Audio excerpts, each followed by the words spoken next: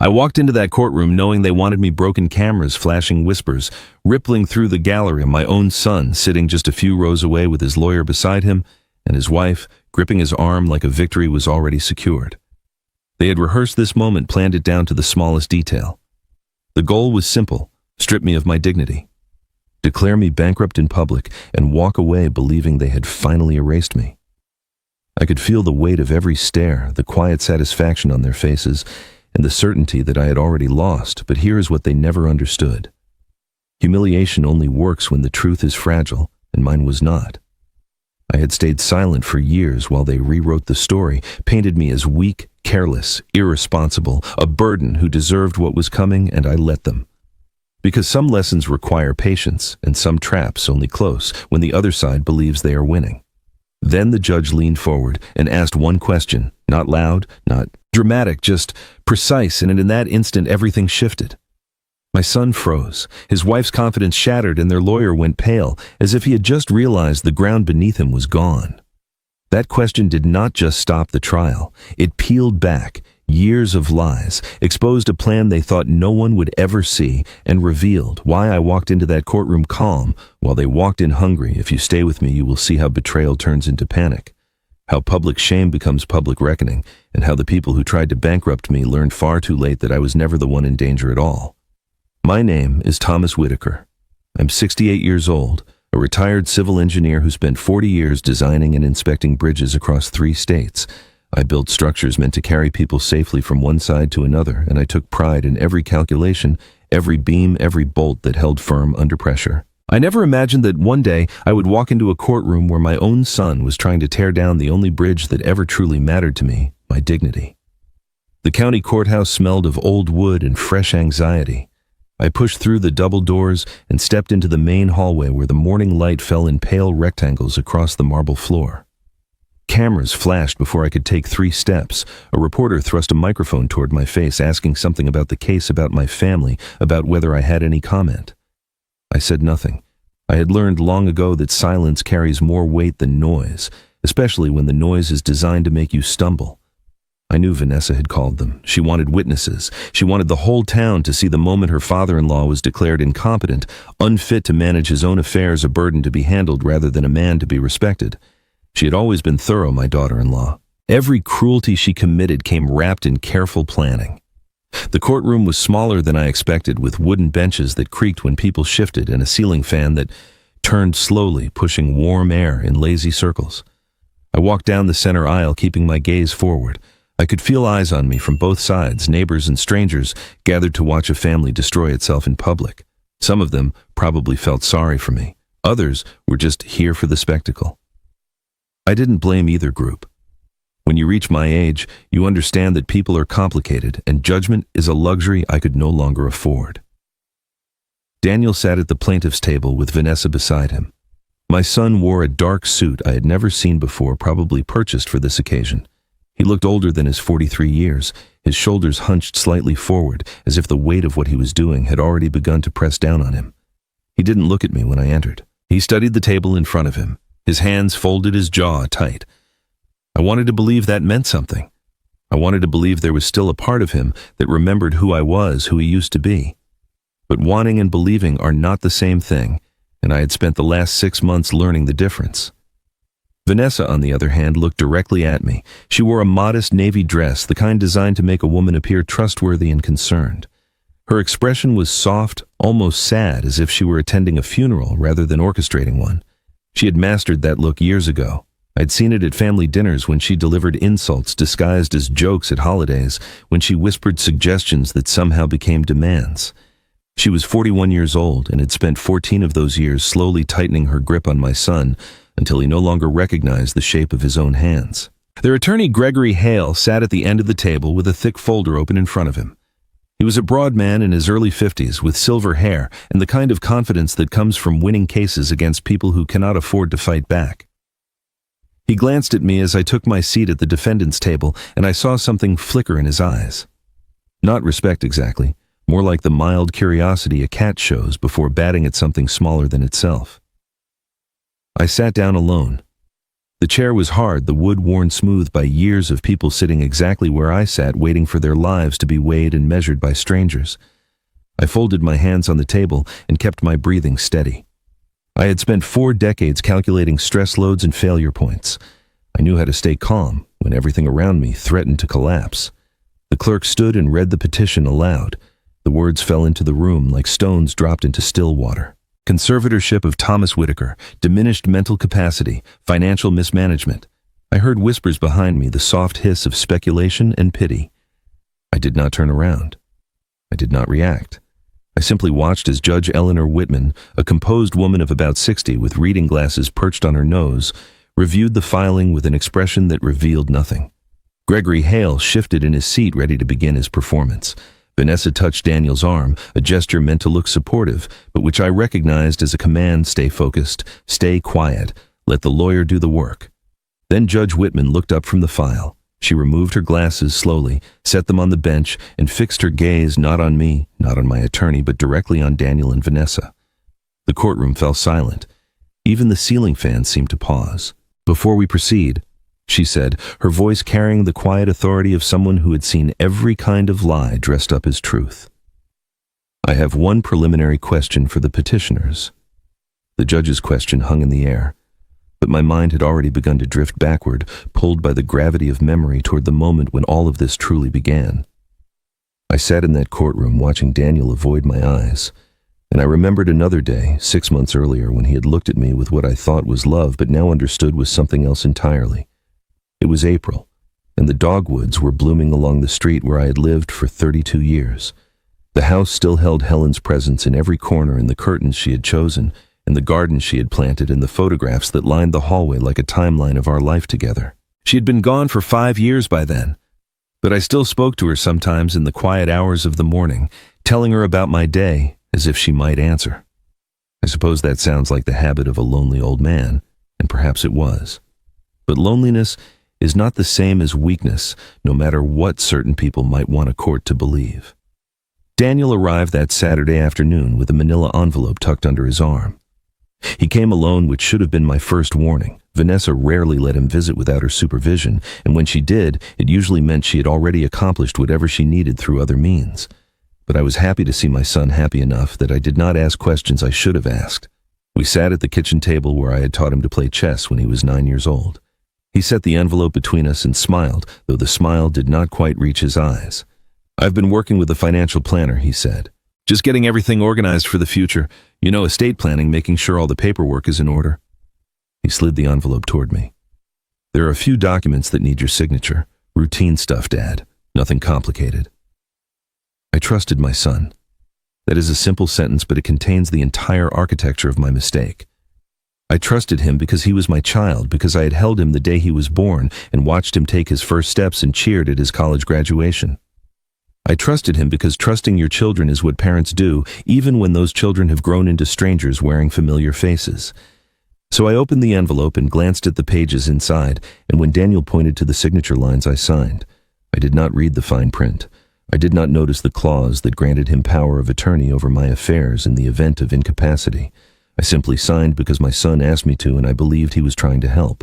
2 weeks later, Daniel and Vanessa invited me to dinner at their house. The dining room was decorated in the cold, modern style Vanessa preferred, all sharp angles and neutral colors, nothing soft enough to feel like home. She had prepared a roast that was slightly overdone, though I complimented it anyway. Good manners cost nothing, and I had learned long ago that keeping peace with Vanessa required constant small surrenders.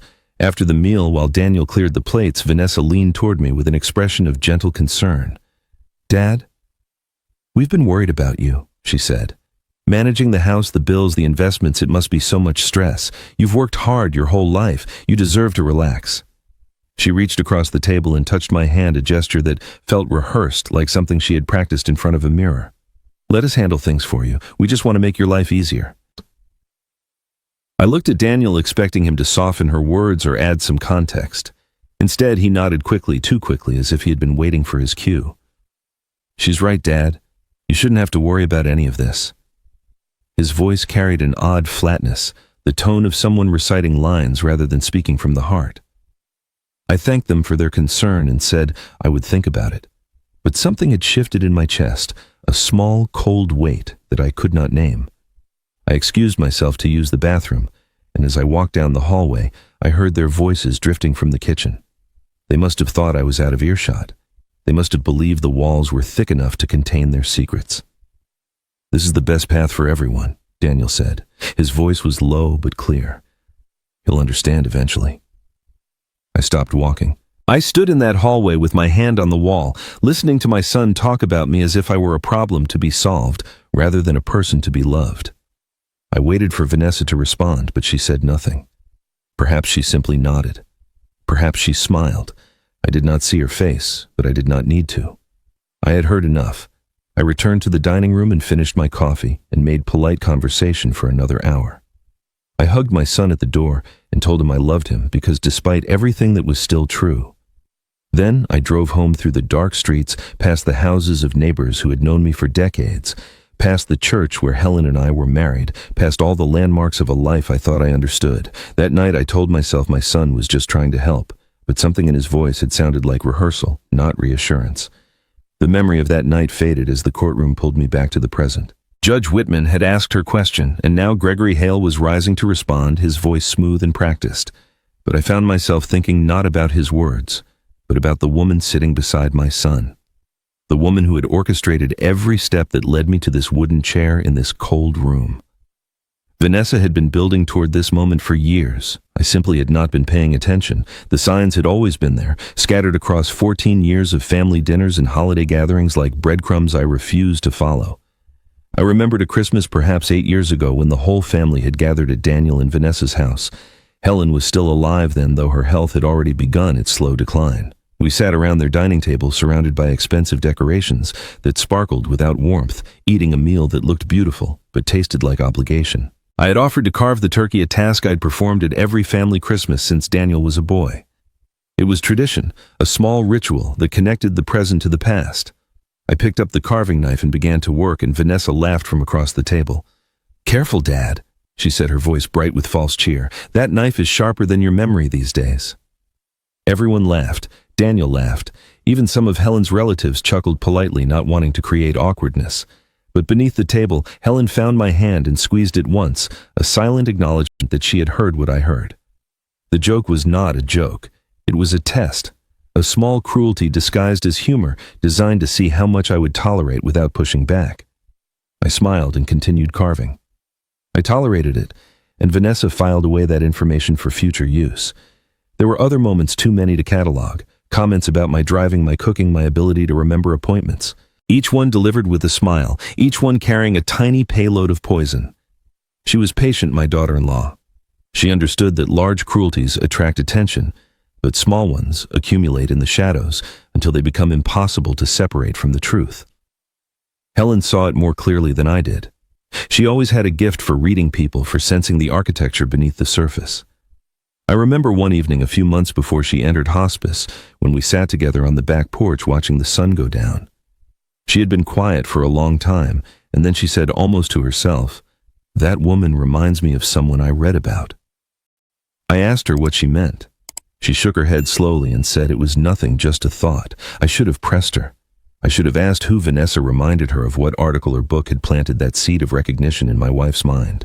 But I let the moment pass because the evening was peaceful, and I did not want to disturb it with difficult conversations. Now, sitting in this courtroom, I wished I had been braver. Helen had seen something I missed, and she had tried to warn me in her gentle way. I simply had not been listening. Gregory Hale's voice cut through my thoughts. He had finished his preliminary response to the judge and was now presenting what he called evidence of my mental decline. He held up documents, like a magician revealing cards, each one designed to make me look confused, irresponsible, unfit. "Your Honor, we have records showing that Mr. Whitaker missed 3 medical appointments in the past 4 months, Hale said. He did not mention that Vanessa had called to cancel those appointments herself, claiming to be my caregiver. We have a bounced check from his personal account indicating an inability to manage basic finances. He did not mention that Vanessa had transferred funds out of that account 2 days before the check was due to clear. I had not known about the transfer until Rebecca showed me the records. Then came the testimony read aloud from a written statement. A concerned neighbor named Patricia Owens described seeing me wander in my yard at odd hours talking to myself, forgetting to bring in my mail for days at a time. I knew Patricia Owens. She had moved in 3 years ago, and within 6 months, she and Vanessa had become close friends. They had lunch together regularly. They exchanged Christmas cards. And now Patricia was providing testimony to help lock me away. I sat very still as Hale presented each piece of fabricated evidence. I watched Vanessa's face, the careful mask of concern she wore like a costume. She believed she had thought of everything. She believed her trap was flawless, every thread carefully woven, every exit sealed. She had built this trap piece by piece. But what she did not know was that someone else had been building something 15 years before I ever saw it coming. Gregory Hale continued his performance, but I was no longer fully present in that courtroom. My body sat at the defendant's table, my hands folded, my expression carefully neutral. But my mind had traveled backward 5 months to a small law office on the second floor of a building I had never entered before, where I first understood that Helen's love had not ended with her death. I had found the business card tucked inside a book on my shelf, a volume of poetry Helen had given me for our 40th anniversary. I didn't know how long it had been there. The card was simple, cream-colored with a name printed in modest letters, Rebecca Hill, attorney at law, specializing in elder law and estate protection. On the back in Helen's handwriting were 4 words, call her when ready. For weeks I carried that card in my wallet without acting on it. I was not sure what ready meant or how I would know when the moment had arrived. Then Daniel asked me to sign those documents, and Vanessa began her campaign of small humiliations, and I heard my son's voice in that hallway saying I would understand eventually. That night, I took out the card and dialed the number. Rebecca Hill's office was nothing like the polished spaces where attorneys usually conducted business. The furniture was practical, the walls lined with law books and framed certificates, the desk cluttered with files that suggested she cared more about her work than her appearance. She was 35 years old, with dark hair pulled back from a face that reminded me of someone I could not quite place. Her eyes were sharp and calm, the eyes of a woman who had learned to listen before speaking. She stood when I entered and shook my hand with a firm grip. "Mr. Whitaker," she said, "please sit down. My grandmother told me about you. She said if you ever called, I should clear my schedule." I lowered myself into the chair across from her desk. "Your grandmother, Margaret Hill." Rebecca smiled, and in that smile I finally recognized the resemblance. Margaret had been Helen's closest friend for over 40 years, the woman who stood beside her at our wedding and held her hand during the final days of her illness. I had not seen Margaret since the funeral, though she had sent cards on holidays and left messages I never returned. Grief had made me withdraw from everyone who reminded me of what I had lost. "Helen and my grandmother were like sisters," Rebecca continued. "They planned for a lot of things together, including the possibility that you might one day need protection from people who were supposed to love you." She opened a folder on her desk. "Tell me what's been happening." I told her everything. The documents Daniel asked me to sign, Vanessa's comments and suggestions, the feeling that something was being constructed around me, a cage built so slowly I had not noticed the bars until they were nearly complete. Rebecca listened without interruption, taking occasional notes, her expression growing more focused with each detail. When I finished, she set down her pen and looked at me directly. "What your daughter-in-law is attempting is called conservatorship abuse. It's more common than people think, especially targeting elderly individuals with assets. The goal is to have you declared mentally incompetent so they can take control of your finances, your property, your decisions." She paused. "But we can prepare. We can build a defense they won't see coming." I asked her how she knew what Vanessa was planning before I had even described it fully. Rebecca leaned back in her chair and folded her hands. "My grandmother recognized the pattern years ago. She and Helen discussed it, made contingency plans, established certain protections. Helen never wanted to burden you with suspicions that might have been wrong. But she wanted to make sure that if she was right, you would have somewhere to turn." The weight of those words settled over me like a blanket. Helen had seen this coming. She had prepared for it not out of paranoia, but out of love, the same love that had guided every decision she made throughout our marriage. Even in death, she was still protecting me. Rebecca outlined her strategy with precision. "From this moment forward, you do not confront them. You do not argue. You do not defend yourself against their accusations. Let them believe you are exactly what they want you to be, a confused old man who doesn't understand what's happening. She met my eyes. Every move they make from now on is evidence. Every lie, every manipulation, every forged document. We document everything. When the time comes, we will have a record so complete that no judge in this country could ignore it. For 5 months, I followed her instructions. I played the role Vanessa had written for me, the declining patriarch who needed guidance and supervision. I signed papers when asked. I accepted insults with quiet resignation. I let them believe they were winning because every victory they claimed was another piece of evidence we collected. The confused old man they saw was a performance. The real Thomas Whitaker was taking notes. They thought I had no one. They thought I was alone. They had no idea that Helen's best friend had been watching over me since the day my wife closed her eyes.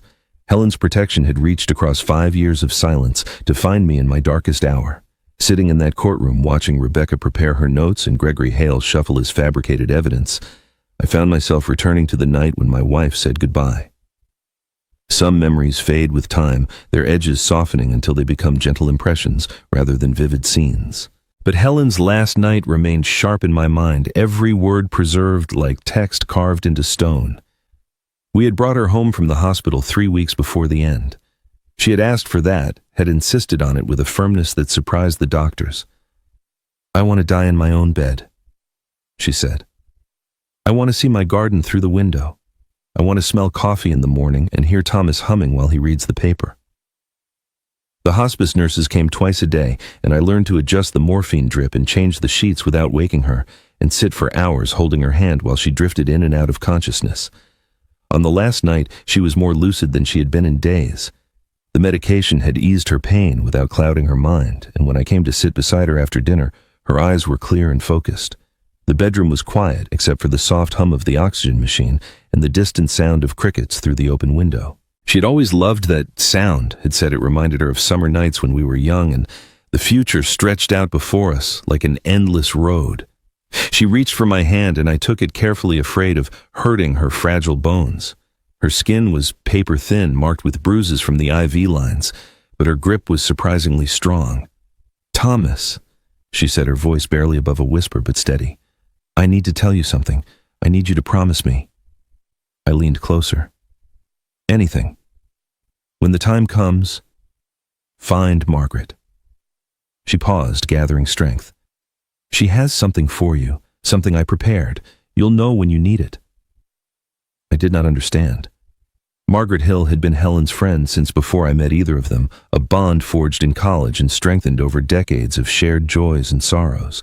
But Helen spoke as if Margaret held more than memories, as if she were the keeper of secrets I had never been told. "What do you mean?" I asked. "What did you prepare?" Helen's eyes searched my face with an intensity that made my chest ache. "I know things about Vanessa," she said.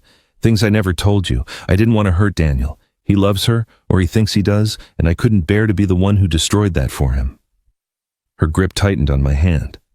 "But if she ever tries to take everything from you, if she ever moves against you after I'm gone, Margaret knows what to do. I made sure of it." The words landed like stones in still water, sending ripples through everything I thought I understood about our life together. Helen had been watching preparing building defenses I never knew existed. She had seen something in Vanessa that I had dismissed as mere coldness, and she had spent years constructing protections against a threat I refused to acknowledge. "I don't understand," I said. "What did you see? What do you know?" She smiled, then a small, sad smile that held both love and resignation. "You'll understand when you need to. Not before." She lifted her other hand and touched my cheek, her fingers cool against my skin. "You always want to see the best in people, Thomas. It's one of the things I love most about you. But some people don't have a best to see. Some people only have appetites dressed up in manners." Her voice was fading, the effort of speaking, draining her remaining strength. "Promise me you'll find Margaret. Promise me you'll trust what she gives you." I promised. I would have promised her anything in that moment, would have sworn any oath she asked. She nodded slowly, satisfied, and closed her eyes. Within an hour, she had slipped back into the shallow sleep that would carry her through her final days. She never spoke with such clarity again. 3 days later, she was gone. After the funeral, after the mourners had departed and the casseroles had been eaten and the sympathy cards had been stacked on the kitchen counter, I went through Helen's belongings. In the drawer of her nightstand beneath a Bible and a stack of photographs, I found a sealed envelope. My name was written on the front in her handwriting, along with 4 words that stopped my heart: open when you need strength. I held that envelope for a long time, running my fingers over the seal, wondering what words she had left for me. But something held me back. Perhaps I was afraid of what I might find, afraid that her final message would make her absence more real than I could bear. Perhaps I simply was not ready to hear whatever truth she had preserved. I placed the envelope in my desk drawer and closed it, telling myself I would open it someday when the time was right. For 5 years, I kept my promise. I never opened that envelope. But sitting in that courtroom watching my son betray me and his wife smile with quiet satisfaction, I finally understood. Helen had seen this day coming long before I did. The memory of Helen's envelope burned in my mind as I returned my attention to the present. Gregory Hale had risen from his chair and was now standing before the judge, his posture radiating the confidence of a man who believed he held all the cards. He moved with theatrical precision, each gesture calculated to project authority and competence. I had seen his type before in boardrooms and contract negotiations, men who mistook volume for truth and polish for substance. They were dangerous, but only until someone called their bluff. Your Honor. Hale began, his voice filling the courtroom with practiced ease. We have compiled extensive documentation demonstrating Mr. Whitaker's progressive mental decline and his inability to manage his own financial affairs. He lifted a stack of papers from his table and approached the bench. I would like to submit these bank statements as Exhibit A. Judge Whitman accepted the documents and began reviewing them. Hale continued his narration, pointing to highlighted lines and circled figures. As you can see, there is a pattern of erratic spending over the past 18 months. Unexplained withdrawals, duplicate payments to the same vendors, a significant transfer to an account Mr. Whitaker cannot identify. He paused for effect. These are not the actions of a man in full possession of his faculties. I knew those statements intimately. Rebecca and I had reviewed every transaction Hale was now presenting as evidence of my confusion. The unexplained withdrawals were cash I had taken for groceries and household expenses, the same amounts I had withdrawn every month for 40 years. The duplicate payments were a clerical error by my utility company that had been corrected within a week. The significant transfer was a donation I had made to a veterans charity in honor of my late brother. Every item Hale presented as proof of decline was in reality proof of nothing except Vanessa's skill at reframing ordinary life as pathology. Additionally, Hale said, producing another document with a flourish, we have obtained a medical assessment from Dr. William Porter, a respected psychiatrist who evaluated Mr. Whitaker 3 months ago. He handed the paper to the judge. Dr. Porter's findings indicate early-stage cognitive decline consistent with the beginnings of dementia. He recommends supervised management of Mr. Whitaker's affairs to prevent further deterioration. I had never met Dr. William Porter. I had never been evaluated by any psychiatrist. Rebecca had already traced the connection. Dr. Porter shared office space with a physician who had treated Vanessa for a minor procedure 2 years ago.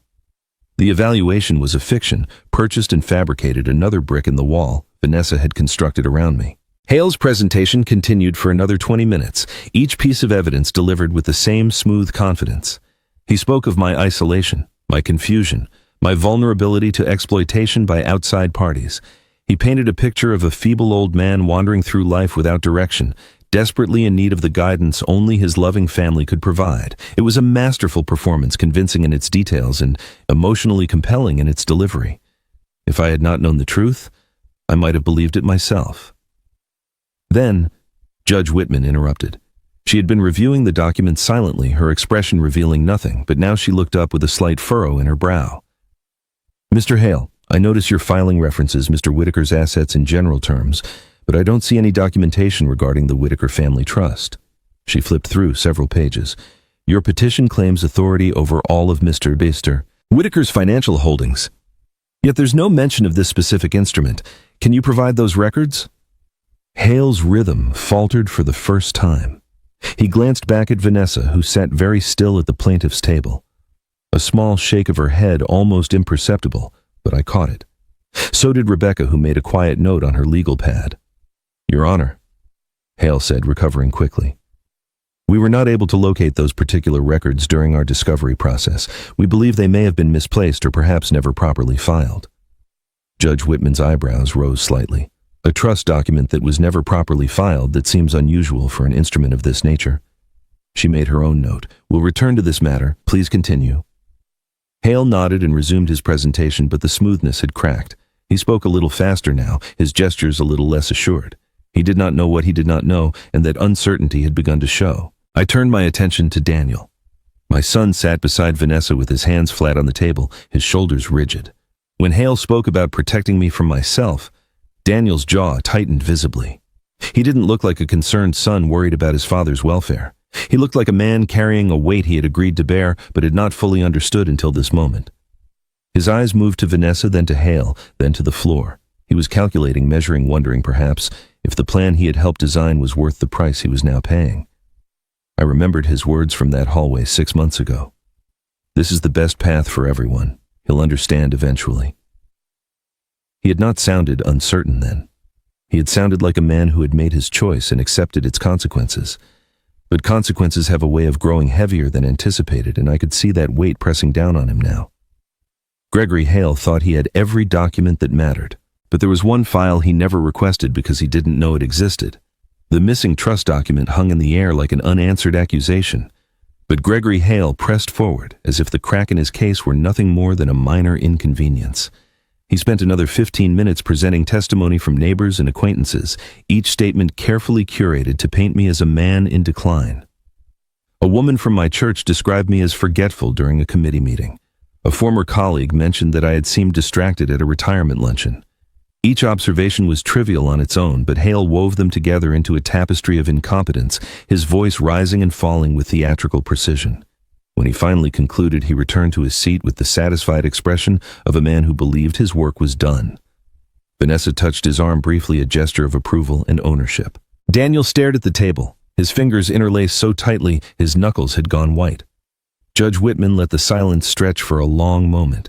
She reviewed her notes, flipping pages with deliberate slowness, her face revealing nothing. The courtroom waited.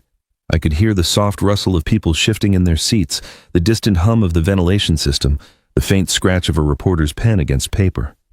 The ceiling fan continued its lazy rotation overhead, indifferent to the tension gathering below. Then the judge removed her glasses.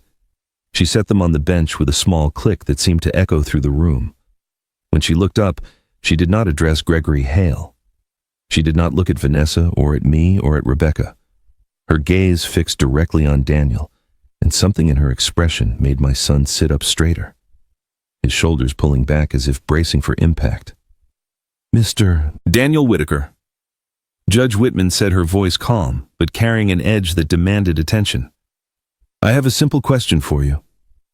Daniel's eyes widened slightly. He glanced at Hale, who offered nothing but a confused frown. Vanessa's hand moved toward Daniel's arm, but stopped short, hovering in the space between them. The courtroom held its breath. In the past 3 years, the judge continued, each word measured and precise. How many times have you visited your father's home for a meal, a conversation, or simply to check on his well-being? She paused, letting the question settle, without any discussion of finances, property, or inheritance. The silence that followed was unlike anything I had experienced in a courtroom. It was not the silence of anticipation or the silence of respect. It was the silence of exposure, the moment when a carefully constructed facade begins to crumble and everyone present understands that something fundamental has shifted. Daniel opened his mouth. His lips moved, but no sound emerged. He looked at Vanessa, whose face had gone pale beneath her careful makeup. He looked at Gregory Hale, who was already rising to object but seemed uncertain on what grounds. He looked at the judge, at the gallery, at everywhere except at me. 5 seconds passed. I counted them in heartbeats. 10 seconds. The murmuring in the gallery grew louder, a wave of whispered speculation rolling through the rows of observers. Someone coughed. A chair creaked. Still Daniel said nothing. Mr. Whitaker, Judge Whitman prompted. It's a simple question. Surely you can recall visiting your own father. Daniel swallowed hard. His Adam's apple bobbed visibly, and when he finally spoke, his voice emerged as barely more than a whisper. I don't recall specifically, Your Honor. Judge Whitman wrote something on her notepad. The scratch of her pen was the only sound in the room for several seconds. When she looked up again, her expression had not changed, but something in her eyes had hardened, a judgment forming that no legal argument could reverse. You don't recall, she repeated. You are petitioning this court to take control of your father's entire life, his finances, his property, his autonomy, and you cannot recall when you last visited him simply as his son." She let the question hang in the air. Not to discuss money, not to review documents, just to share a meal or ask how he was doing. Daniel's face flushed red. Vanessa's grip finally closed on his arm, her fingers digging into the fabric of his suit jacket. Gregory Hale rose fully now, his voice strained. "Your Honor, I'm not sure how this line of questioning is relevant to the matter at hand." "It is relevant, Mr. Hale, because this petition claims that Mr. Daniel Whitaker and his wife are the appropriate parties to manage Mr. Thomas Whitaker's affairs based on their close family relationship and their intimate knowledge of his needs." Judge Whitman's voice remained level, but her words cut like surgical instruments. Yet the petitioner cannot recall a single instance of visiting his father without an agenda attached. That speaks directly to the nature of this relationship and the motivations behind this filing. I watched my son as the judge spoke. I watched the color drain from his face and the guilt settle into the lines around his eyes. For 43 years I had loved this boy. I had taught him to ride a bicycle and helped him with his homework and cheered at his baseball games. I had walked him down the aisle at his wedding and held his hand when his first child was stillborn and told him that grief was not weakness, but proof of love. I had believed, despite everything, that somewhere inside the man he had become, the boy I raised still existed. But looking at him now, seeing the naked guilt that had nowhere to hide, I understood something I had resisted for months. Daniel had not been manipulated into this courtroom. He had walked in willingly, eyes open, conscience silenced. He had chosen Vanessa's ambition over his father's dignity, and now that choice was written across his face for everyone to see. My son could not answer a simple question about when he last visited me as a father, not as an heir. And in that silence, the courtroom heard what words could never say. The silence left by Daniel's inability to answer stretched into something heavier, a weight that pressed down on everyone in that courtroom. I could see the reporters in the gallery exchanging glances, their pens moving faster across their notebooks. I could see the spectators leaning forward in their seats, sensing that something was about to break. And I could see my son frozen in his chair, like a man who had just realized the ice beneath him was far thinner than he had believed. Rebecca chose that moment to stand. Her movement was unhurried, deliberate, the calm of someone who understood that timing was everything. "Your Honor," she said, her voice cutting cleanly through the tension, "the defense would like to present evidence in response to the petitioner's claims." Judge Whitman nodded. "Proceed." Rebecca lifted a folder from her table and approached the bench. "I am submitting a series of email communications recovered from a cloud storage account registered to Mr. Daniel Whitaker." She handed copies to the judge, to Gregory Hale, and to the court clerk. "These emails, dated approximately 18 months ago, are exchanges between Mr. Daniel Whitaker and Mrs. Vanessa Whitaker. They detail the planning and execution of the conservatorship petition we are here to discuss today." Gregory Hale snatched the papers from Rebecca's hand, his eyes scanning the pages with growing alarm. Vanessa sat rigid in her chair, her carefully composed expression cracking at the edges. Daniel stared at the documents as if they were written in a language he had never seen before. "Your Honor, this is highly irregular," Hale protested, though his voice had lost its earlier confidence. "We were given no notice of this evidence. We have had no opportunity to verify its authenticity or prepare a response." "The evidence was obtained through legal means and authenticated by a certified digital forensics expert," Rebecca replied evenly. "I have the full chain of custody documentation here, along with the expert's sworn affidavit confirming that these emails originated from Mr. Daniel Whitaker's personal account and were sent to Mrs. Vanessa Whitaker's account on the dates indicated." She placed another stack of papers on the bench. "Mr. Whitaker deleted these emails from his primary device approximately 14 months ago, but they remained preserved in his cloud backup, which he apparently forgot existed." Judge Whitman began reading. The courtroom waited. I watched her face for any sign of reaction, but she maintained her judicial composure, her eyes moving steadily across the pages. When she finally looked up, she turned her gaze not to Rebecca or to Hale, but to Daniel. "Mr. Whitaker," she said, "would you like to hear what you wrote to your wife on March 15th of last year?" Daniel's face had gone the color of old paper. He shook his head slightly, a reflexive denial, but the judge was already reading aloud. "We need to move on the conservatorship before he changes the trust. The old man is getting suspicious. Once we control his assets, we can sell the properties and liquidate the investments. He'll never know what happened until it's too late." Judge Whitman paused, letting the words settle into the silence. "Vanessa, this has to happen soon. If we wait much longer, he might figure out what we're doing. I've already talked to Hale. He says we need medical documentation. Can you handle that part?"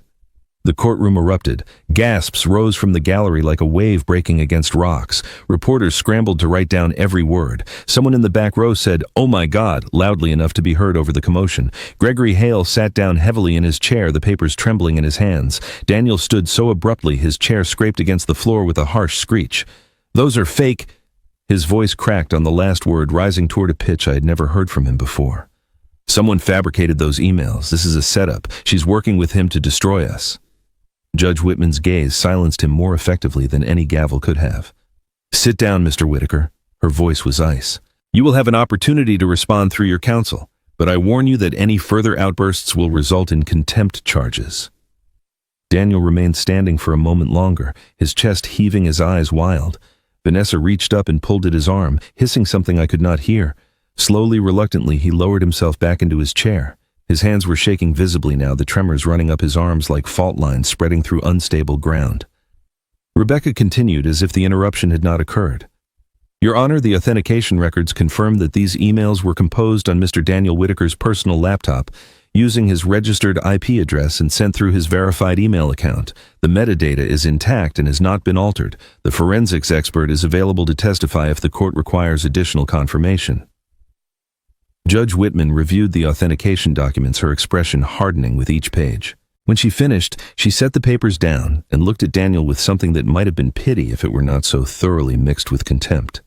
"It appears, Mr. Whitaker, that you did not merely participate in this scheme. You initiated it. You planned it. You directed your wife to obtain fraudulent medical documentation, and you attempted to destroy the evidence of your own involvement."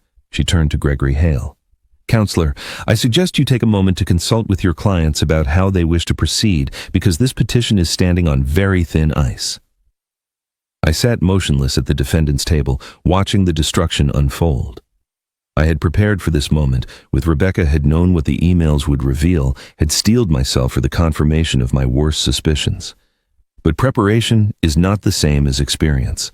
Knowing something in your mind is different from feeling it in your bones. For years, I had told myself a story. The story said that Daniel was weak, not wicked, that Vanessa had manipulated him, twisted his love for her into a weapon against his own father, that somewhere inside the man who sat across the courtroom, the boy I had raised, still existed, buried but not destroyed. I had clung to that story because the alternative was too painful to accept. But the emails told a different story. They told the truth. Daniel had not been manipulated. He had not been coerced or deceived or pressured into betraying me. He had conceived the plan himself, had calculated the timing, had directed his wife like a general directing troops. The son I thought I knew had looked at his father and seen not a man to be loved, but an obstacle to be removed, an asset to be liquidated, a problem to be solved. I felt no triumph watching his mask fall away. I felt no satisfaction hearing his desperate lies collapse under the weight of evidence. What I felt was cold clarity, the kind that comes when you finally stop hoping for something that was never going to happen. The boy I taught to ride a bicycle was gone. The child I read bedtime stories to had vanished somewhere along the way. In his place sat a stranger who had planned to erase my autonomy for money. I always believed Vanessa had corrupted my son, but the emails proved the truth. I could not face Daniel had not been manipulated. He had been the architect all along. Judge Whitman called a 15-minute recess. The words fell into the courtroom like stones into water, sending ripples of movement and murmured conversation through the gallery. Spectators stood and stretched. Reporters hurried toward the doors, phones already pressed to their ears. The bailiff opened a side entrance to allow air into the stuffy room. I remained seated watching Daniel and Vanessa gather their things with the jerky movements of people whose world had just shifted beneath their feet. Rebecca touched my arm. "Stay here. I need to file some paperwork with the clerk." She gathered her documents and moved toward the front of the room, leaving me alone at the defendant's table. I waited until the crowd had thinned before rising. My legs felt stiff from sitting, and I walked slowly toward the hallway, partly to stretch my muscles, and partly because I knew what I would find there. Some instincts sharpen with age. After 68 years of reading people of calculating stress loads and failure points in structures both physical and human, I developed a sense for when something was about to crack. The hallway outside the courtroom was lined with wooden benches and tall windows that let in pale autumn light. A few people milled about checking phones or speaking in low voices. I spotted Daniel and Vanessa near the far end, standing close together in what appeared to be an intimate conversation. But as I drew nearer, staying close to the wall and moving quietly, I heard the intimacy was of a different kind entirely. "You said you deleted everything." Vanessa's voice was a hiss, sharp and venomous. Her composure had shattered completely, her face twisted with fury. "You promised me those emails were gone. You looked me in the eye and swore there was no trail." Daniel's response came fast and hot. "I did delete them. How was I supposed to know about some cloud backup? You think I'm a computer expert?" He stepped closer to her, his voice dropping but his anger rising. "And don't you dare put this all on me. This was your idea too. You're the one who said we needed to move fast. You're the one who found Hale and set up the fake medical report. So don't stand there acting like I'm the villain when you were right beside me the whole time." "Keep your voice down," Vanessa snapped, glancing around. Her eyes found mine. I had stopped walking. I stood perhaps 20 feet away, close enough to have heard every word, my face carefully neutral. For a long moment, the three of us formed a frozen tableau, the father, the son, the woman who had helped tear them apart. Then Daniel turned and saw me too, and whatever color remained in his face drained away completely. Neither of them spoke. Neither of them moved. The cracks in their united front had become chasms visible now to anyone who cared to look. I held my son's gaze for 3 heartbeats, then continued walking past them toward the water fountain at the end of the hall. I didn't look back. I didn't need to. The sound of their silence said everything. When I returned to the courtroom, I found Gregory Hale engaged in urgent conversation with the judge's clerk. His confident posture had collapsed entirely. He leaned forward over the clerk's desk, speaking in low tones, his hands gesturing with increasing agitation. "Surely the court can grant a brief continuance," he was saying. "Given the unexpected nature of this evidence, my clients deserve time to prepare a proper response." The clerk, a middle-aged woman with the patient expression of someone who had heard every excuse and believed none of them, shook her head. "Judge Whitman has denied the request. The hearing will resume as scheduled." Hale straightened, running a hand through his silver hair. For the first time since the proceedings began, he looked like what he was, a lawyer who had taken a case based on false assurances and was now watching it disintegrate in public. He walked back to the plaintiff's table with the heavy steps of a man marching toward his own professional humiliation. Rebecca returned to our table and settled into her chair beside me. She had witnessed the exchange with Hale, and a small smile played at the corners of her mouth. "They're panicking," she whispered. I nodded slowly. "Good. Let them." She studied my face for a long moment. There must have been something in my expression, some quality of calm, that seemed out of place given the circumstances. Most men would be trembling with vindication or burning with righteous anger. I felt neither. What I felt was the quiet satisfaction of watching a structure perform exactly as designed, every load distributed, every stress anticipated, every failure point reinforced long before the pressure arrived. "You knew this would happen, didn't you?" Rebecca asked. Her voice was soft, meant only for me. "Not just hoped, knew."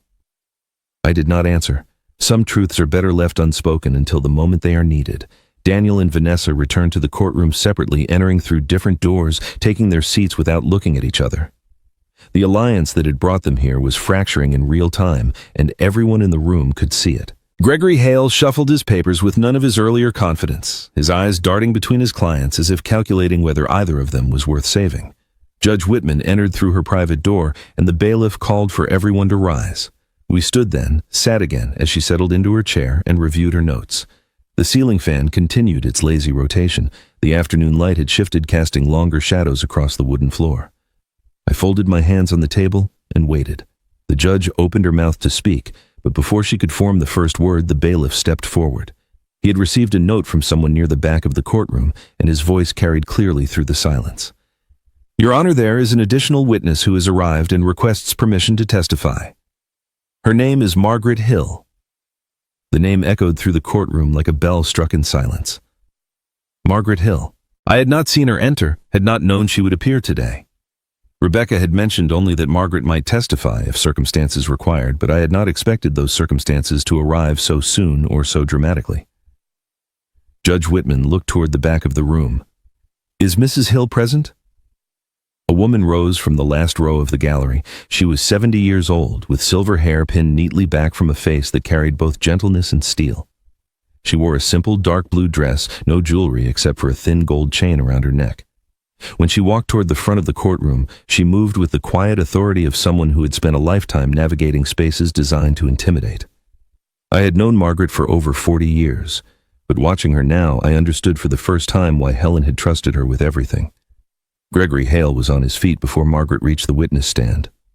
Your Honor, I must object. This witness was not included on any list provided to us. We've had no opportunity to prepare for her testimony or challenge her qualifications. Rebecca stood as well. Your Honor, Mrs. Hill is appearing as a rebuttal witness in response to the petitioner's claims regarding Mr. Whitaker's isolation and alleged incompetence. Her testimony is directly relevant to matters raised by opposing counsel during this hearing. Judge Whitman considered for a moment, then nodded. I'll allow it. Mrs. Hill, please take the stand.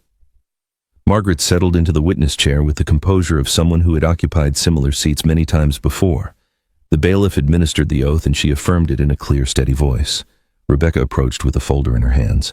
Mrs. Hill, could you please state your professional background for the court? Certainly. Margaret's voice carried easily through the room. I practiced law for 40 years, specializing in elder law estate planning and cases involving financial exploitation of vulnerable adults. I retired 8 years ago, though I continue to consult on select cases. She paused. I have testified as an expert witness in over 200 proceedings involving conservatorship disputes and elder abuse. The gallery stirred. Gregory Hale sank slightly in his chair. Whatever objection he had been preparing died on his lips. And how do you know the defendant, Thomas Whitaker? Rebecca asked. Thomas is my oldest friend's husband. Margaret's eyes found mine across the room, and something soft passed between us. Helen Whitaker and I met in college. We remained close for over 50 years until her death 5 years ago. Did Helen ever discuss her concerns about her family's future with you? Margaret nodded slowly. She did. Helen came to me 15 years ago before her son Daniel had even married Vanessa. She looked toward the plaintiff's table where Vanessa sat frozen. Helen had concerns. She had noticed certain patterns in the woman Daniel was dating, behaviors that reminded her of cases I had described to her over the years. She asked me to help her establish legal protections for Thomas. Protections against what? Rebecca prompted. Against the possibility of family betrayal. Margaret's voice remained steady, but I could hear the weight beneath it.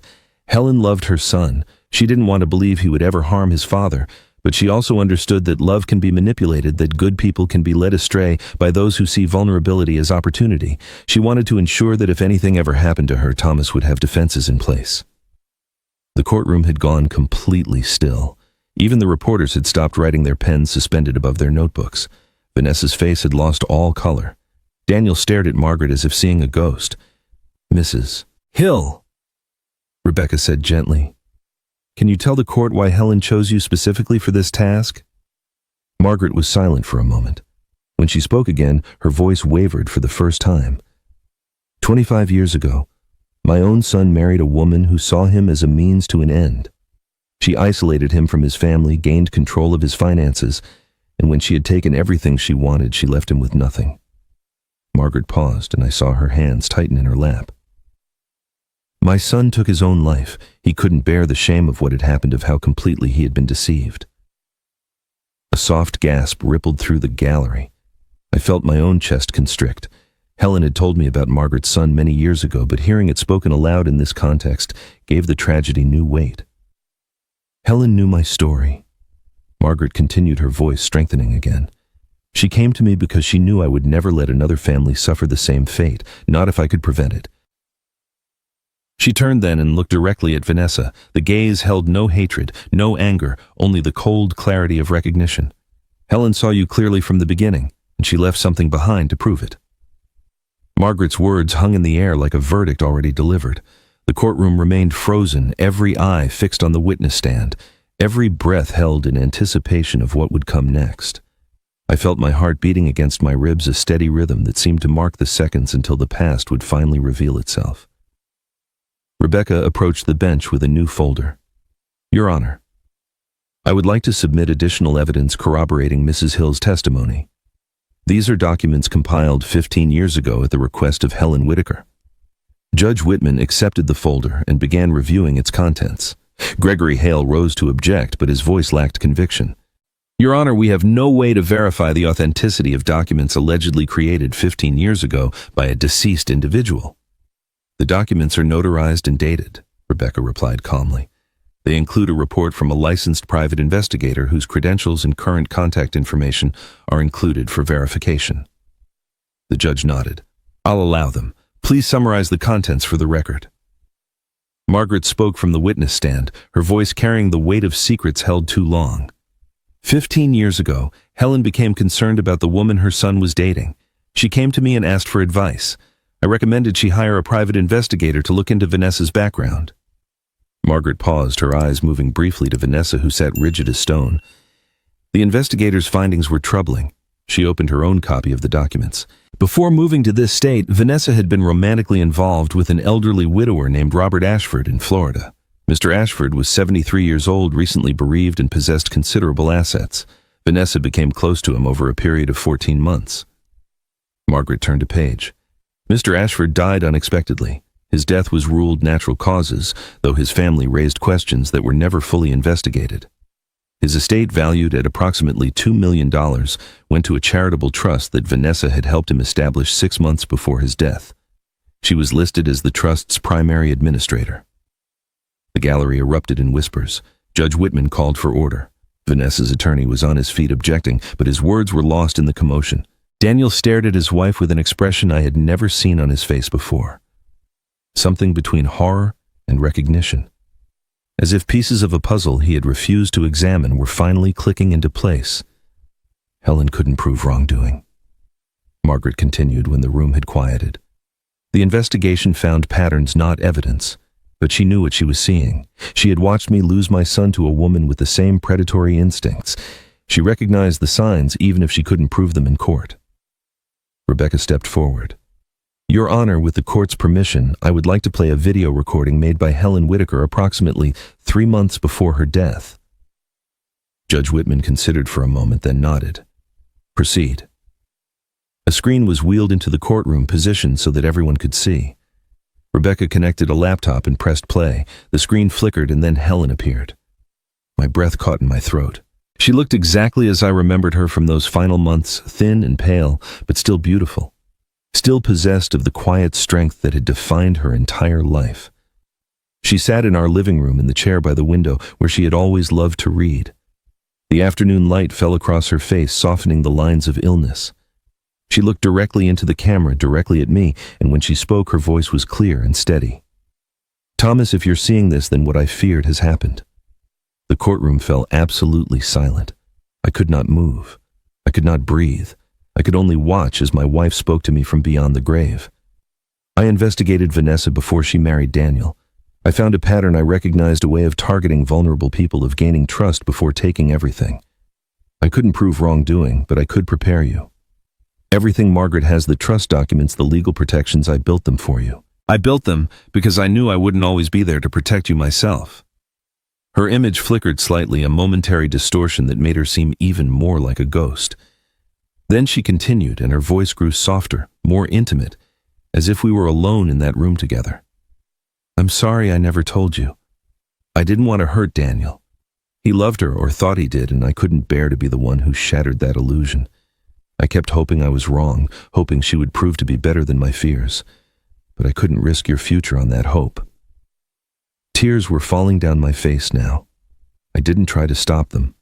I didn't care who saw. My wife was speaking to me, reaching across 5 years of silence to hold my hand one last time. I love you, Thomas.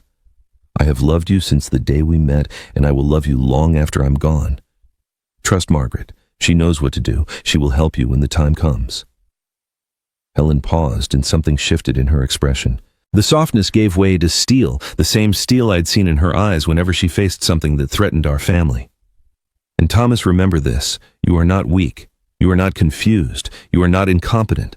You are the strongest man I've ever known, and no one, not Vanessa, not Daniel, not anyone has the right to take your dignity from you.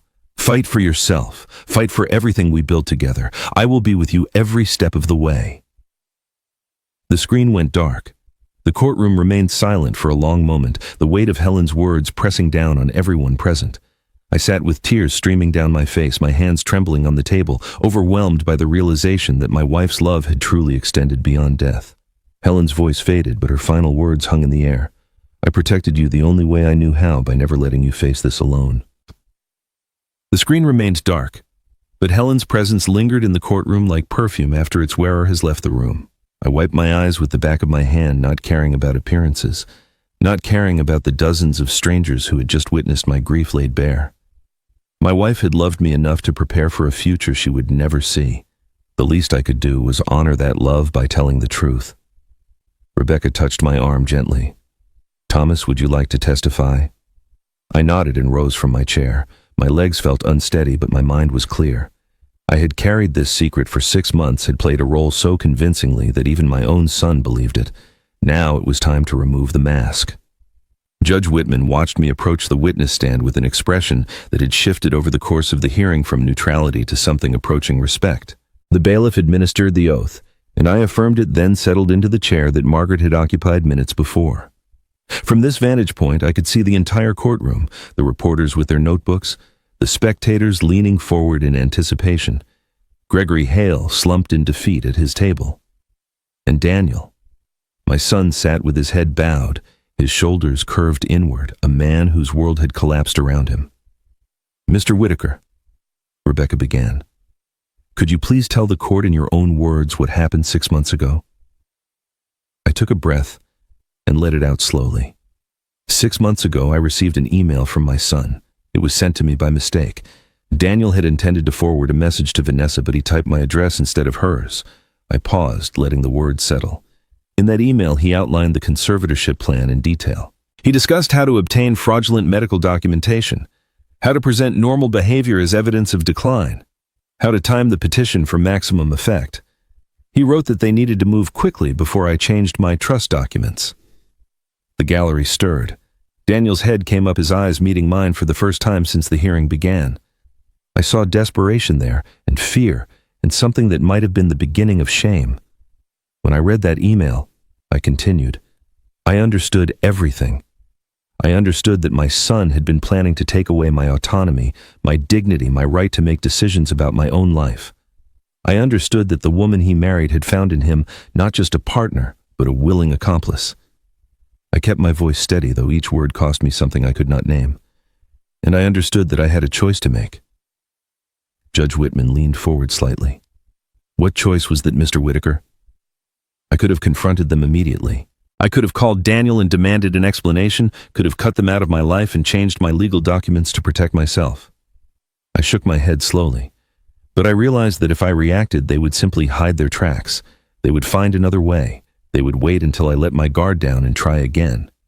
The only way to truly protect myself was to let them believe their plan was working. I looked at Daniel as I spoke the next words. So I did nothing. I let them think I was confused, weak, afraid. When Daniel brought me documents to sign, I signed them without reading, just as he expected. When Vanessa made comments about my memory, I pretended not to notice. Every meeting, every manipulation, every insult I documented. I recorded conversations in accordance with state law. I kept copies of every paper they put in front of me.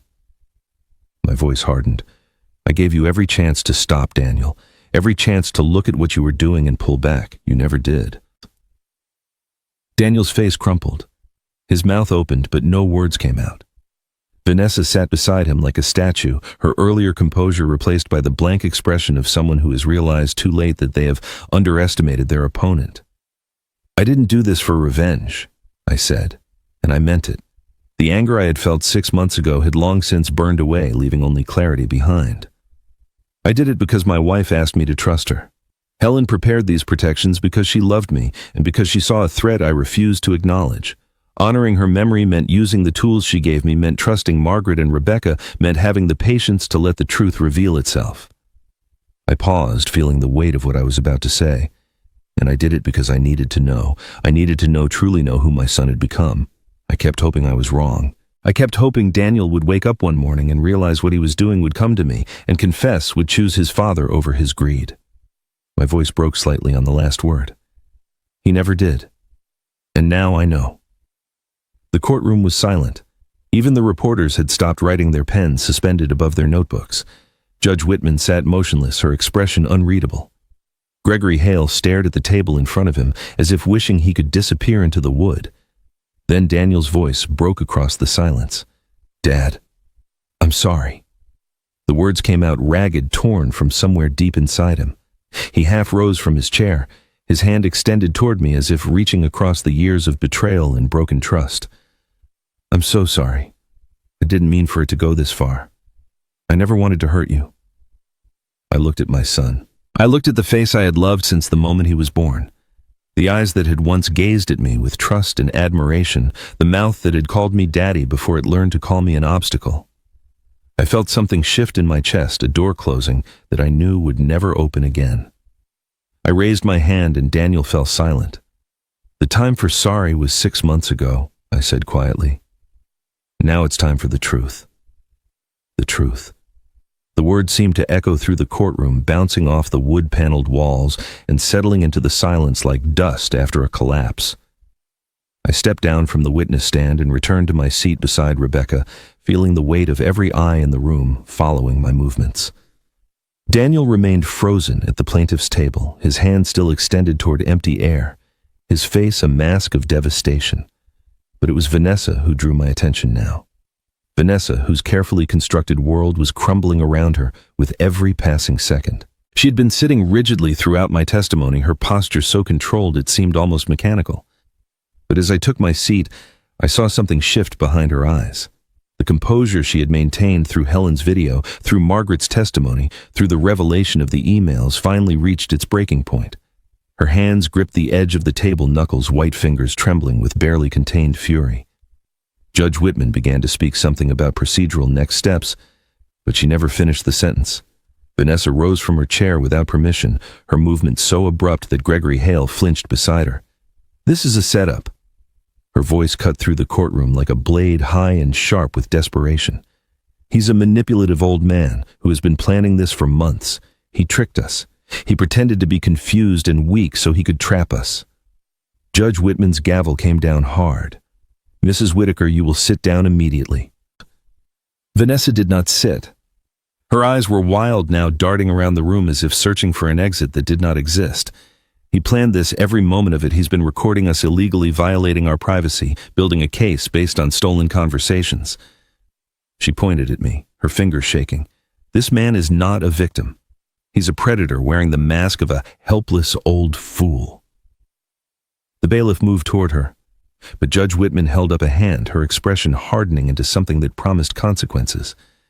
"Mrs. Whitaker, I'm warning you. Sit down and remain silent, or I will hold you in contempt of this court." Rebecca rose calmly, her voice a stark contrast to Vanessa's hysteria. "Your Honor, I would like to address the allegation of illegal recording." She lifted a document from her folder. "All recordings made by Mr. Whitaker were conducted in full compliance with state law. This is a one-party consent state, meaning that any party to a conversation may record it without the knowledge or consent of other participants. Mr. Whitaker was present for every conversation he recorded. Every recording is legal, admissible, and authentic." The words landed like hammer blows. I watched Vanessa's face as her final legal argument evaporated, as the last fragile hope she had been clinging to dissolved into nothing. Her breathing grew rapid, shallow, her chest rising and falling with the desperate rhythm of someone who has just realized there is no escape. "No," she whispered, shaking her head. "No, that's not right. That can't be right." Gregory Hale reached for her arm. "Vanessa, please sit down. Let me handle this." She yanked away from him with surprising violence. Handle it. You've done nothing but lose since this hearing started." She spun back toward the judge, toward me, toward the gallery full of witnesses documenting her destruction. You don't understand. We were just trying to protect ourselves." The courtroom went absolutely still. Even the ceiling fan seemed to pause in its rotation. Vanessa's voice rose higher, cracking with panic. "Do you know how much he's worth? Do you have any idea? The properties, the investments, the trust funds, all of it just sitting there while he gets older and more confused. We couldn't just wait around for him to—" She stopped. The words died in her throat as the realization of what she had just said washed over her face. The color drained from her cheeks. Her mouth hung open, frozen mid-sentence, as if she could somehow take back the admission that had just escaped. The silence that followed was the loudest sound I had ever heard. Gregory Hale put his head in his hands. Daniel stared at his wife as if seeing her for the first time, as if the woman standing before him was a stranger who had somehow replaced the person he thought he knew. In the gallery, reporters scribbled furiously, capturing every moment of Vanessa's self-destruction for tomorrow's headlines. I felt nothing. No triumph, no satisfaction, no vindication. I had spent 40 years building structures designed to carry weight, to withstand pressure, to hold firm when everything around them threatened to collapse. I understood that some structures fail not because of external forces, but because of flaws in their own design. Vanessa had built her entire life on a foundation of manipulation and greed, and now that foundation was giving way beneath her. Judge Whitman let the silence stretch for a long moment, her gaze fixed on Vanessa, with an expression that mixed judicial authority with something approaching pity. When she finally spoke, her voice was slow and deliberate, each word weighted with significance. "Mrs. Whitaker, I strongly advise you to stop talking." She paused, letting the warning settle. "But I suspect you just said everything this court needed to hear." Judge Whitman nodded to the bailiff, and two officers moved toward Vanessa with practiced efficiency. She did not resist as they took her arms and guided her toward the side door. The fight had drained out of her completely, replaced by a hollow numbness that made her movements mechanical, puppet-like. As she passed the plaintiff's table, she looked at Daniel one final time. He did not return her gaze. The door closed behind her with a soft click that seemed to punctuate the end of something far larger than a court hearing. The courtroom settled into an uneasy quiet. Spectators shifted in their seats. Reporters continued their frantic note-taking. Gregory Hale sat motionless, staring at the documents scattered before him as if they belonged to someone else's case, someone else's catastrophic failure. And Daniel remained at the plaintiff's table alone, now his wife removed and his attorney defeated, with nothing left to shield him from the wreckage of his own choices. I watched my son from across the room. He was 43 years old, but in that moment he looked like a child who had wandered too far from home and could not find his way back. His face was pale, drained of all color, his hands trembling visibly against the wooden table.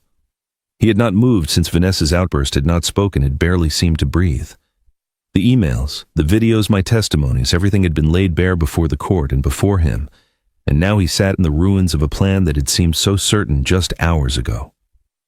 Judge Whitman cleared her throat. "Given the extraordinary circumstances of this hearing, I am calling a brief recess to allow all parties to compose themselves.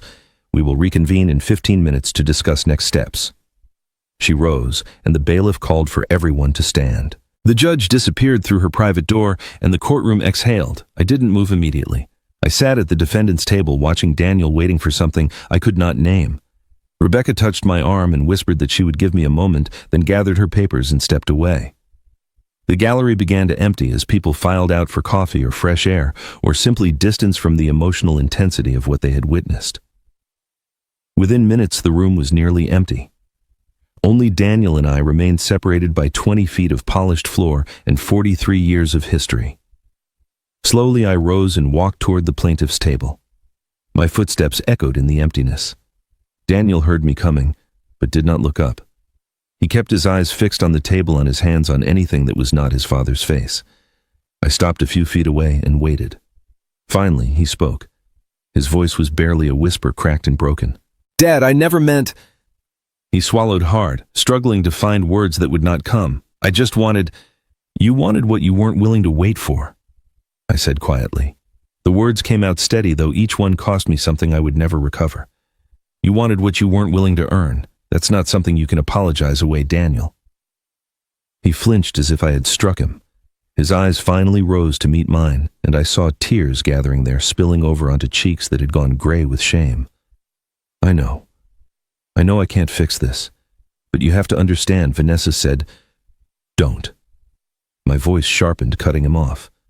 "Don't blame her, not now. I saw the emails. I heard your words. You weren't following her lead. You were walking beside her, step for step, choice for choice."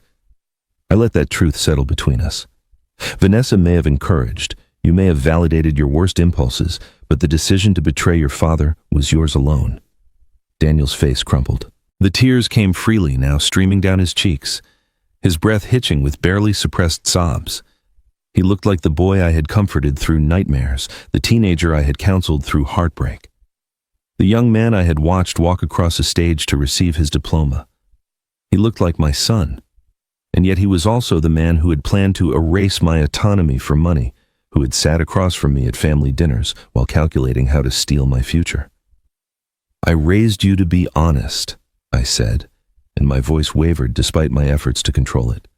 "I taught you that integrity mattered more than wealth, that family was sacred, that trust once broken could never be fully repaired. Your mother believed in you until her last breath. She worried about Vanessa, but she never stopped believing that you would do the right thing if it came to that." I paused, feeling the weight of what I was about to say. "And you repaid that belief by planning to take everything while she was still warm in her grave. The emails started 18 months ago, Daniel.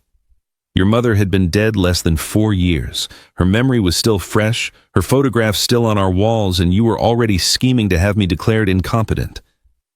Daniel broke. His shoulders heaved, his body folding in on itself as sobs racked through him. He pressed his hands against his face, trying to contain the grief and shame that poured out of him, but there was no containing it. The sounds he made were raw animal, the sounds of a man confronting the full horror of what he had become. I stood and watched him cry. I did not reach out to comfort him. I did not offer words of reassurance or promises that everything would be all right. Some wounds cannot be healed with hugs. Some betrayals cut so deep that the scar tissue never fully forms. I loved my son. Part of me would always love him. But love and trust are not the same thing, and he had destroyed the latter completely. After a long moment, Daniel's sobs subsided into shaky breaths. He lowered his hands and looked at me with red-rimmed eyes, his face swollen and blotched with tears. When he spoke, his voice was barely audible. "Will you ever forgive me?" I looked at my son for a long moment. I thought of Helen, of the life we had built together, of the boy Daniel had been, and the man he had become. I thought of the envelope still sitting in my desk drawer, the one Helen had left for me, the one I had finally opened after her video played in this courtroom. I thought of all the moments we could never get back, and all the trust that could never be rebuilt. "I don't know," I said finally, "but today is not that day." The recess ended and the courtroom filled again with spectators and reporters eager to witness the conclusion of what had become the most dramatic hearing this county had seen in years. Daniel returned to the plaintiff's table, his eyes still red, his movements slow and heavy. Vanessa was brought back by the bailiff and seated beside him, though she kept her gaze fixed forward, refusing to acknowledge the man she had married. Gregory Hale shuffled his papers without purpose, a captain going through the motions on a sinking ship. Judge Whitman entered, and we rose, then sat again as she settled into her chair. She took a long moment to review her notes, her expression unreadable. The ceiling fan turned overhead. The afternoon light had shifted, casting the room in the amber glow of approaching evening. I folded my hands on the table and waited for the words that would determine what remained of my family. This court has heard extensive testimony and reviewed substantial evidence over the course of this hearing. Judge Whitman began, her voice carrying the weight of finality. The petition before me requests conservatorship over Thomas Whitaker on grounds of diminished mental capacity and financial mismanagement. Having considered all evidence presented, I find these claims to be not only unsubstantiated but deliberately fabricated. She paused, her gaze moving to the plaintiff's table. The petitioners presented falsified medical documentation, manipulated financial records, and coordinated testimony designed to create the appearance of incompetence where none exists. Email evidence authenticated by forensic experts demonstrates that this petition was planned over 18 months ago with the explicit intent of gaining control over Mr. Whitaker's assets. The courtroom was silent. Vanessa sat rigid. Daniel stared at the table. Therefore, I'm denying the petition for conservatorship in its entirety. Judge Whitman's gavel came down once, a clean, sharp sound. Furthermore, I'm referring this matter to the District Attorney's Office for investigation of attempted elder financial abuse, fraud, and conspiracy. Both petitioners should be aware that criminal charges may result from this referral. The gallery erupted in murmurs. Reporters scribbled furiously. I heard someone behind me whisper, "Justice," with quiet satisfaction. But I felt no satisfaction, only the hollow relief of a man who has survived a storm and now surveys the damage left behind. Judge Whitman was not finished. I would also note for the record that the conduct of counsel for the petitioners raises serious ethical concerns. Mr. Hale, I will be filing a complaint with the State Bar Association regarding your participation in this matter. Gregory Hale's face went gray. He nodded once, accepting the blow without protest. There was nothing left to protest. As the judge concluded her remarks and prepared to adjourn, Margaret rose from her seat in the gallery and approached Rebecca. They exchanged a few quiet words, and then Rebecca stood to address the court one final time. Your Honor, with the court's permission, I would like to enter into the record one additional matter relevant to the disposition of this case. Judge Whitman nodded. Rebecca continued. The Whitaker Family Trust, established by Helen Whitaker 15 years ago, contains a no-contest clause. This clause stipulates that any beneficiary who initiates legal proceedings challenging Mr. Thomas Whitaker's competency or control over his assets automatically forfeits their inheritance. Daniel's head came up sharply. For the first time since the hearing resumed, he showed something other than defeat shock, and beneath it, the dawning horror of understanding. By filing this conservatorship petition, Rebecca continued, Daniel Whitaker has triggered that clause. He has forfeited all claim to the trust's assets.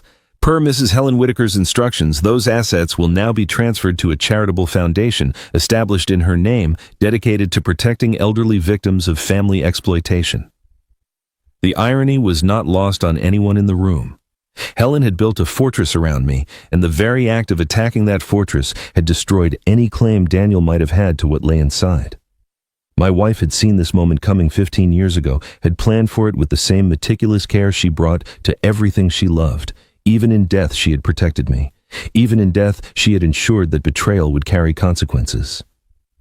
Judge Whitman adjourned the hearing. The courtroom began to empty. I rose slowly, feeling the ache in my bones that comes from hours of sitting in hard wooden chairs, from carrying tension in muscles that had forgotten how to relax.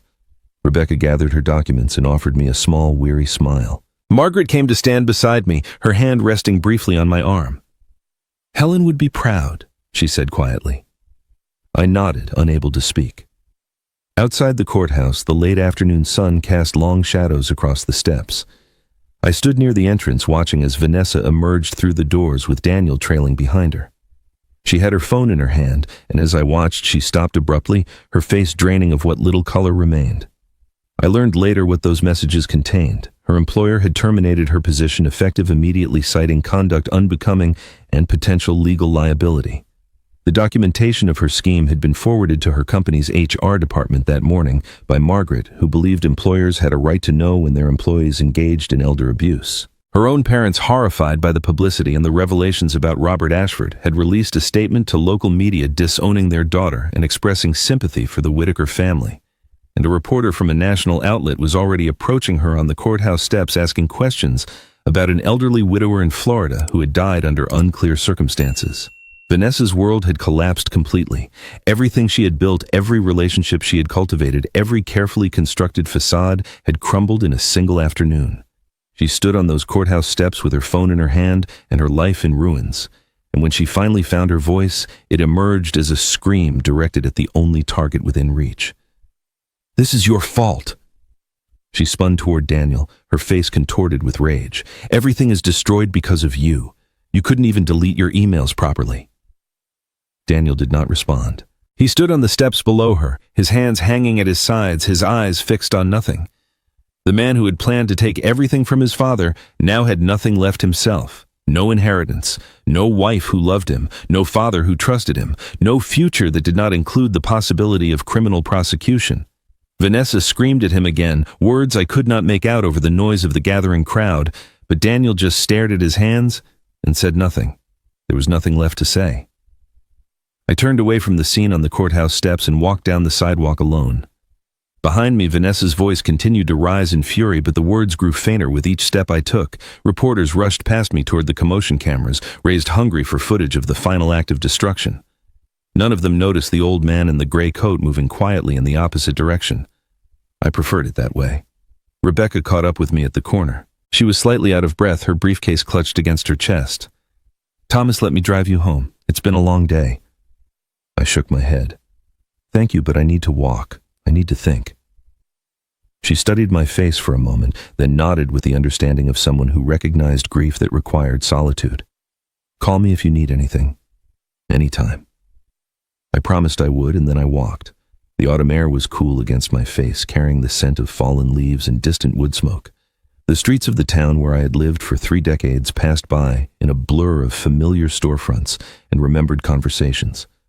I walked past the hardware store where I had bought supplies for countless home repairs, past the cafe where Helen and I had eaten breakfast every Sunday morning, past the church where we had renewed our vows on our 40th anniversary.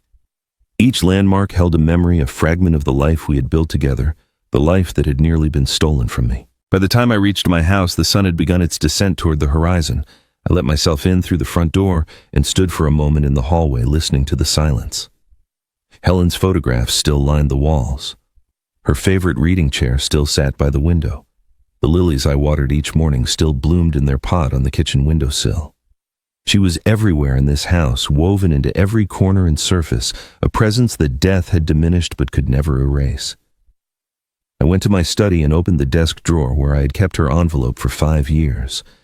The paper was slightly yellowed now, the edges soft from occasional handling. I had held it many times since her death, had run my fingers over her handwriting, had wondered what words she had left for me. But I had never opened it.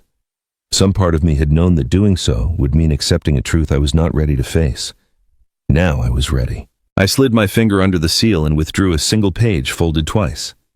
Her handwriting filled the paper, the familiar loops and curves that I would recognize anywhere in any lifetime. "My dearest Thomas," she had written. "If you're reading this, then you've learned the truth about Vanessa. I'm sorry I kept it from you. I wanted to protect Daniel. I wanted to believe he would be strong enough to resist her. I was wrong about him, but I was never wrong about you.